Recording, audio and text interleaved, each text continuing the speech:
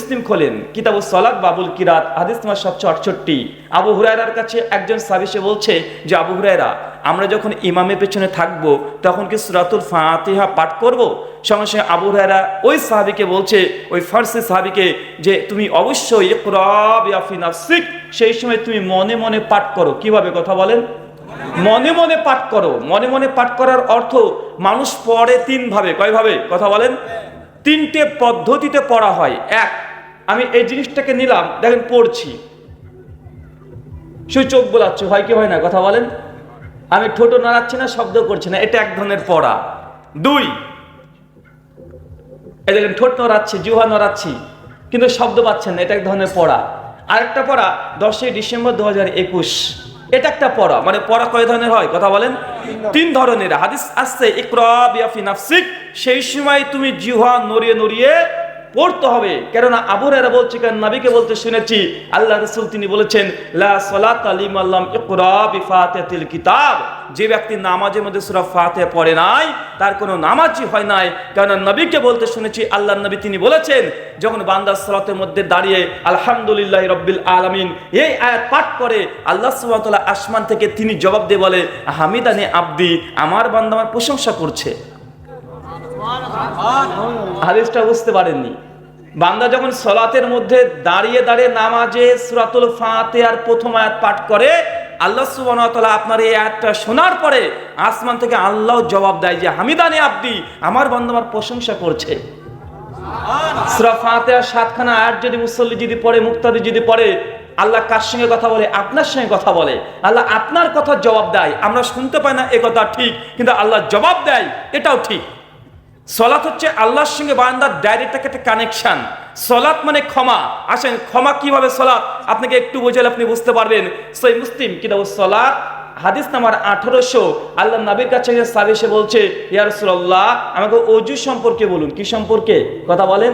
ওযু সম্পর্কে বলুন। আল্লাহ নবী তখন বলছেন যে কোনো ব্যক্তি যখন ওযু করার জন্য সে পাত্র থেকে পানিটা নেয়, হাতটাকে মাসা করে, এইভাবে ধৌত করে একদম জেরা পর্যন্ত, সেই সব মানুষ এই হাত দ্বারা যত অন্যায় করেছে, পাপের কাজ করেছে, সমস্ত পাপ আল্লাহ সুবহানাহু ওয়া তাআলা ওযুর পানি দিয়ে এই আঙ্গুল থেকে ঝরিয়ে দিতে থাকে।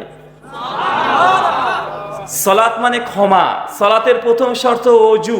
আর বান্দা যখন ওযু করে, হাতের দ্বারা যত পাপ আছে আল্লাহ কি করে? ক্ষমা করে দেয়। আসলে আমরা মুসলিম যারা আছি তারা আমরা বুঝি না যে আমরা ওযুটা কেন করি, আমরা বুঝি না সালাত আমরা কেন পড়ি, কি পড়ি সালাতের মধ্যে আমরা এটাও জানি না। তার জন্য নামাজ যখন পড়ছি কিন্তু আমাদের অন্তরে কোনো তৃপ্ততা আসে না। আসে? কথা বলেন। আমরা যখন নামাজ পড়ি, আল্লাহু আকবার, নামাজ শুরু করে দিয়েছেন, আপনি ব্যবসায়িক মানুষ, প্রথম 4-5 সেকেন্ড আপনি নামাজের মধ্যে আছেন, 5 সেকেন্ড পরে আপনি ব্যবসা করছেন, বা আছেন না? নাই? কথা বলেন।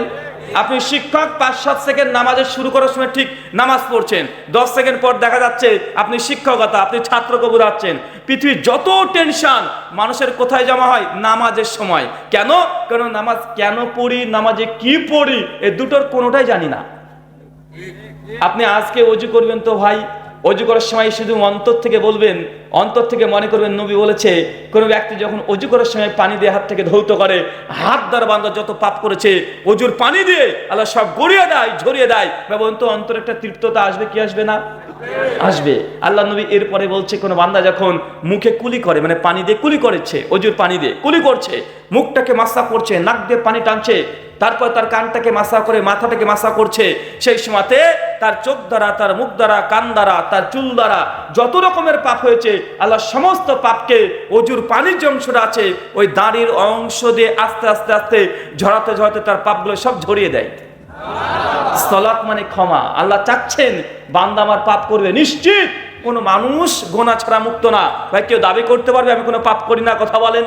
আল্লাহ নবী বলছেন, কুল্লু বানি আদম খাত্তাউন, প্রত্যেকটা আদমের সন্তান তারা পাপ করবে, তারা গোনা করবে, তারা ভুল করবে, এটাই ঠিক। সুনান তিরমিজি কিতাবুল ফিতান হাদিস নাম্বার 2699, সনদ হাসান।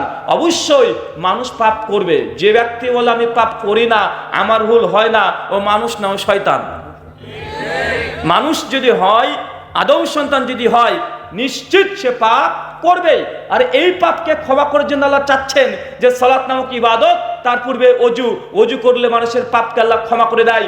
তারপরে মানুষ যখন তার পাকে ধৌত করে, পা দিয়ে যত অন্যায় পাপের কাজ করেছে সমস্ত পাপ আল্লাহ অজুর পানি দিয়ে সব ঝরিয়ে দেয়। এটা সালাত মানে ক্ষমা, তার একটা দৃষ্টান্ত।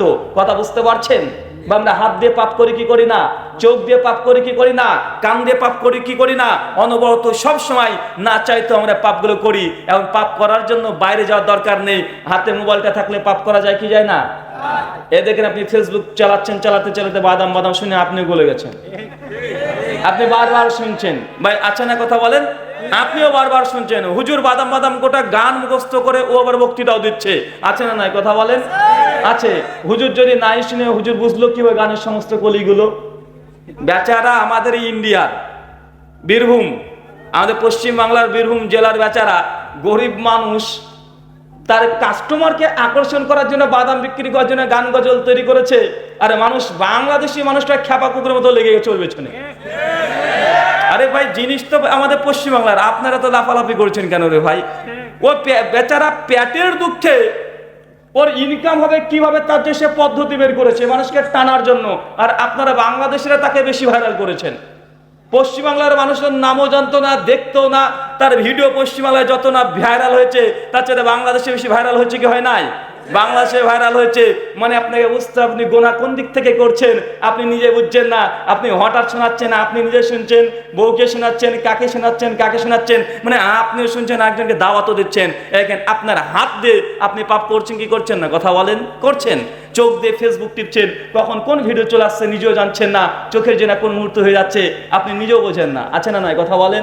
কোনো মানুষ কি বলতে পারে যে আমি পাপ করি না? রাস্তাতে চলছেন, চলতে আপনি চোখের জেনা, হাতের জেনা, পায়ের জেনা হয় কি হয় না? আল্লাহ নবী বলছেন যে গোটা দুনিয়ার মধ্যে মসজিদ সবচেয়ে উত্তম জায়গা আর বাজার সবচেয়ে নিকৃষ্ট জায়গা। পায়ে দিয়ে যে গোনা হয়, আপনি অনর্থক মসজিদে বাদ দিয়ে আপনি বাজারের সময় কাটাচ্ছেন, আছে না নাই? আছে। তার মানে আপনাকে বুঝতে হবে আপনি যে গুনাহগুলো করছেন এই গুনাহগুলো আল্লাহ সুবহানাহু ওয়া তাআলা ওজুর পানি দিয়ে ধুতে যাচ্ছেন।